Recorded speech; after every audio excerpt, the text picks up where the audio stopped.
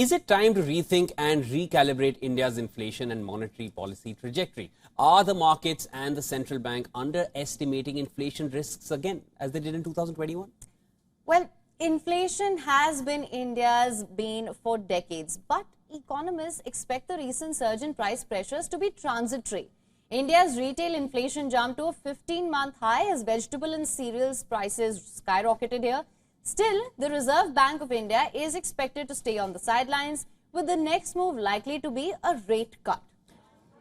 Let's dig a little deeper here into the latest inflation data for India to parse out the reasons here. Headline inflation was a shocker, jumping to 7.44% in July compared to a year ago. Now, that figure was the highest since April 2022 and breached the upper end of the RBI's inflation tolerance band of 2 to 6% for the first time in 5 months.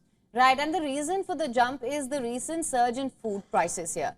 However, core inflation, which excludes vegetables and other volatile units, rose only slightly. That's the main reason for confidence among economists that inflationary pressures are transitory.